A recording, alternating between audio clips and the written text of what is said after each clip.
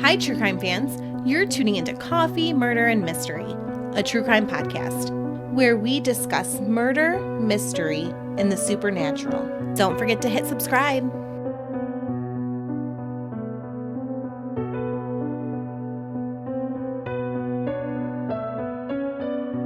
Hi, true crime friends.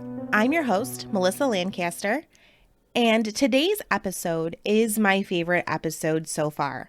I have spent much more time researching this than I have anything else we've done, and I didn't think that there was ever a dull moment during that research. Today's episode is on the history of McNeil Island Penitentiary. Historically, McNeil Island was much different than today.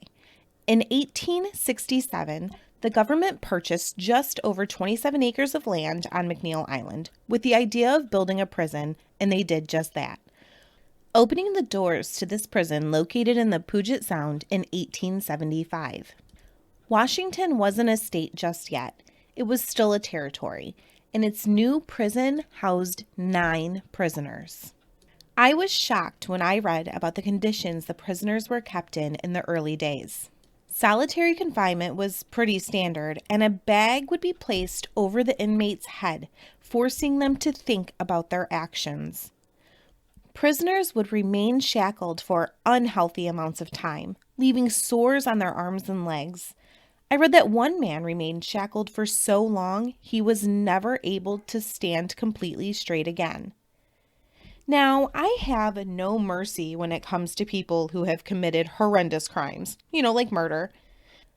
But in the prison's first 10 years, 30% of the inmates were held on charges of selling alcohol to Indians. And since that's total crap, I feel horrible for the people who endured those conditions. Murderers today don't even endure those conditions. But as times changed, so did the prison. For as many people that claimed that they hated McNeil Island Prison, there are others that claimed they wanted to serve their time at McNeil.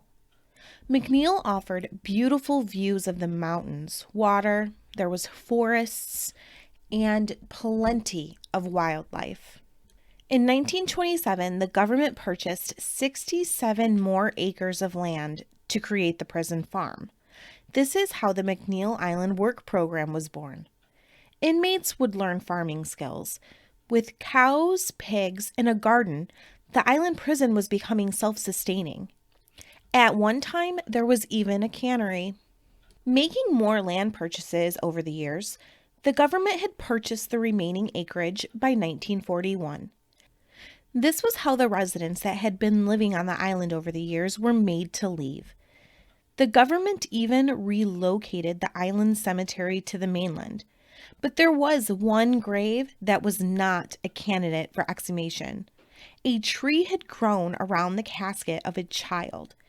So as the government relocated the people living and dead one by one boy would remain. His family and their descendants having special permission to visit the island, and this special permission would go on for years, even as the prison changed hands from federal to state. There were 52 houses on the island. Most were rented to families of the prison employees. Families recall a fondness for living on the island. They felt a sense of community there that they haven't felt since. The island even had a school that the children attended and its own post office. Inmates that gained trust in the work program were able to have jobs like driving the school bus.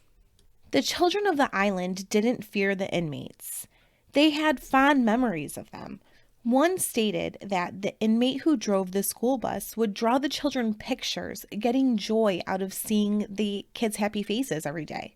The kids were taught to have respect for the inmates, and there was special punishments if the inmates were to bother the residents of the island.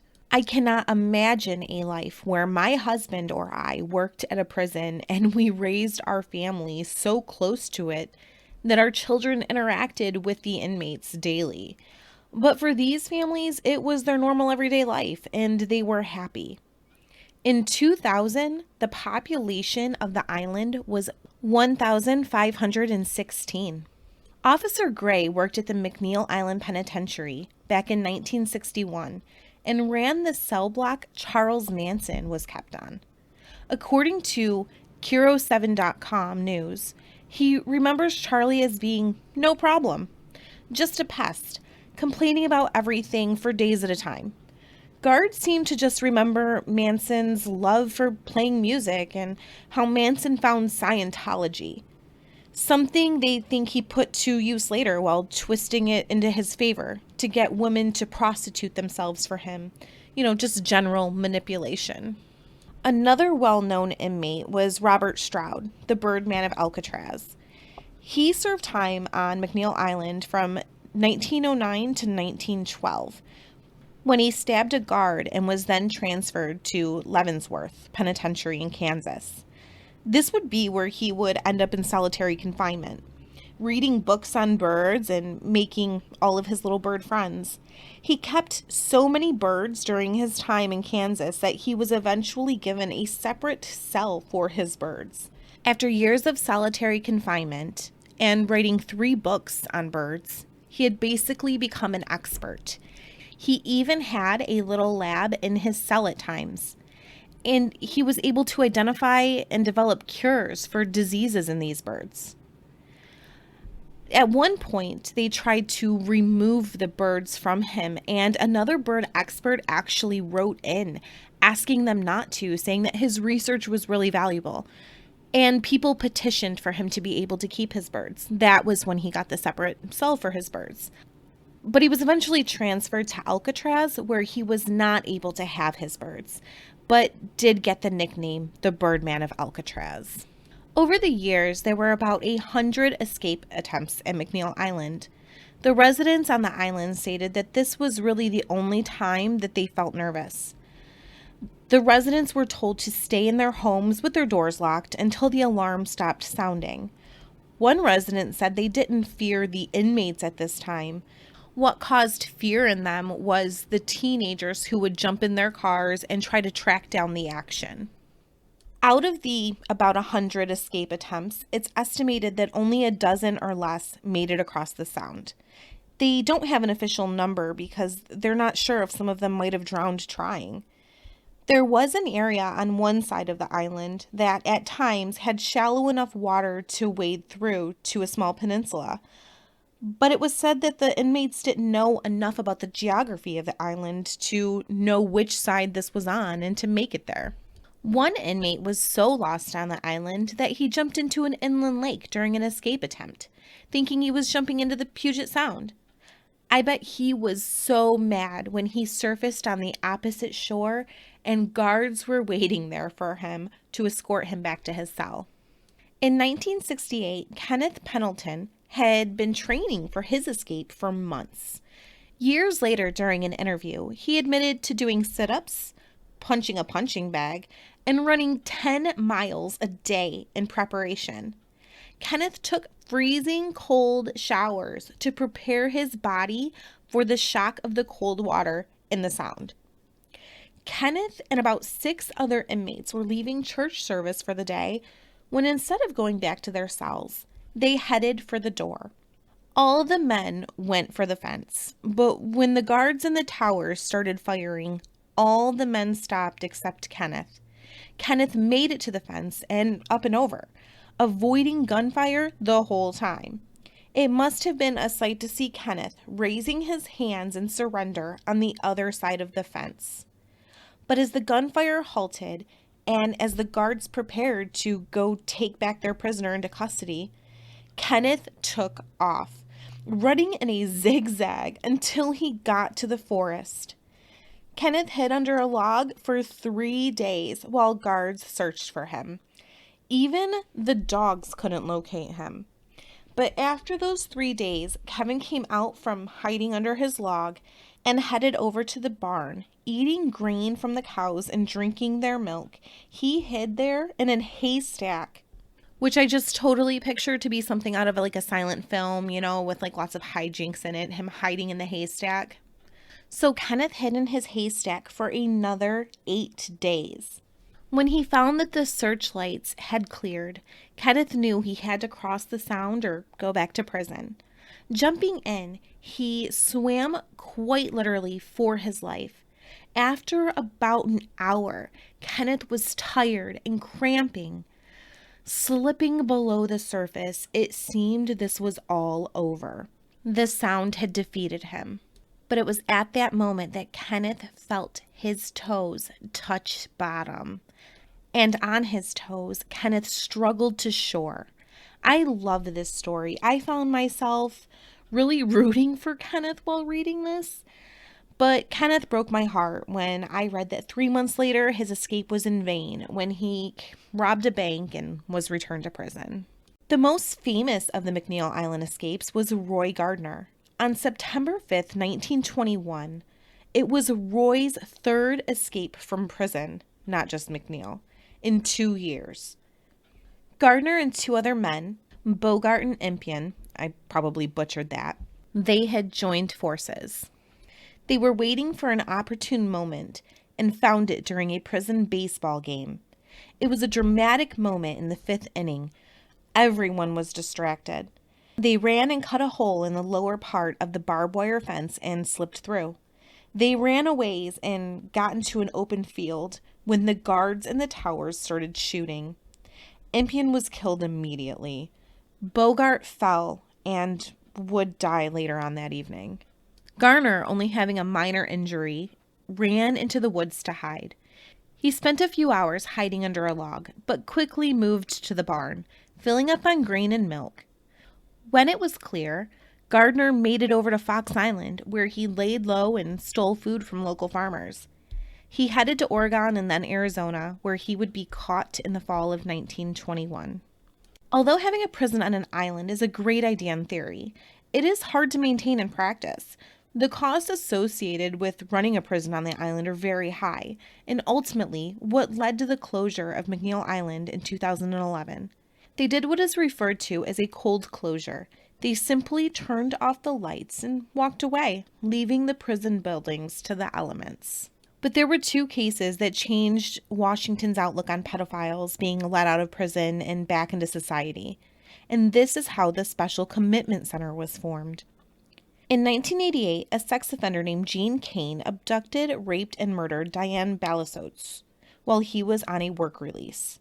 And in 1989, Ryan Allen Hade was raped, mutilated, and stabbed, and left for dead.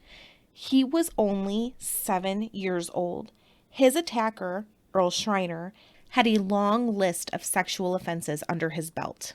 The boy survived the attack, but was left mutilated for life as he had lost his penis, unfortunately. This sparked outrage in Washington. People were shook. They wanted reform to their system. People did not want sex offenders released back into society after their prison sentences were up, a mere 5 years in some cases. And that's how the Special Commitment Center came about. A separate building was built to house these offenders. Although the residents are kept at the facility against their will, enclosed by a barbed wire fence, the commitment center is not a prison. The sex offenders are not inmates. They are referred to simply as residents. The center has therapy and mental health programs available, but the residents are not forced to attend. One big difference between prison and the Special Commitment Center is who is running it.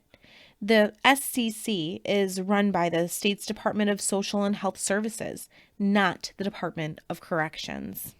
One resident, Laura McCollum, served her 5-year prison sentence and then an additional 25 years at the SCC. She had performed oral sex, rape, on a 1.5-year-old girl that she was babysitting. Laura admitted to gaining the trust of victims' parents, growing close to them to get to their children. She later admitted in therapy that she had abused about 14 children. Although I don't sympathize with Laura because of her crimes, I did have a little sympathy when I heard that she had tried to get help from a therapist. I don't know that this was before committing any crimes. It seems to be prior to at least her last crime. She did admit that she had these feelings toward children, and it does seem like it was an attempt to get possible help, but how much help is there? I am always a believer that we need a better mental health system in this country. But granted, how do you help somebody with that has these feelings? I mean, I just don't think that we have figured this out, that our mental health professionals have figured this out. It needs more research. We need more mental health treatment. And you can't put somebody in prison for things they haven't committed, or put them in like this special commitment center for something that they have only thought about but haven't done wrong. And it seems like maybe that should change. Maybe if somebody is having these feelings, they can kind of disappear for a while, go to a special commitment center, spend 5 years, get intense therapy, and see if maybe that helps. I mean, something has to be done. But regardless of any help that Laura tried to receive, she is an adult and knew what she was doing, and she's still offended. But Laura claims that after 30 years, she's a different person, a person that would not offend again. And when I look at my own life, I feel that people do change, and 30 years is a long time. I am not the same person that I was 30 years ago. I just wish that we could predict which way people would change, if people would be a danger if they left these places. It is such a hard decision, a dangerous decision, deciding whether to keep a woman locked away or set her free to possibly prey on others. That is not a decision that I would want to make. And Laura, a sex offender, didn't grow up in the best possible way. Laura was removed from her parents' home at the early age of 2, placed in an abusive foster home. She was failed by the system. Laura was only 16 years old when she gave birth to her foster father's child. Failed by her parents, failed by her foster parents, raped and abused, Laura went full circle. Laura was given release in 2020. Some people don't agree with what the Special Commitment Center is doing. Some believe it's a violation of constitutional rights to keep people locked up after they have served their prison time. I personally believe that every state should have one, and 19 other states have gotten on board with this idea and gotten Special Commitment Center-like facilities. Mental health treatment for sex offenders sounds no less than fantastic in my book, especially when you look at people like Laura McCollum's life and think about the impact of sexual abuse and how it seems to spread like a disease. And hopefully less victims will mean less future victimizers. That concludes our podcast today on McNeil Island. If you liked it, please hit subscribe or follow. Please don't forget to join us Wednesday. Me and my friend Mandy will be doing a podcast on a murder together. You can follow us on Facebook, just search our name. You can find us on Twitter at coffeemurder_. Our Instagram is coffeemurdermystery. And you can email our Gmail at coffeemurdermystery@gmail.com. And that's all we have for today. Stay safe. Evil people are everywhere. Bye. Thanks for tuning in to Coffee, Murder, and Mystery. A true crime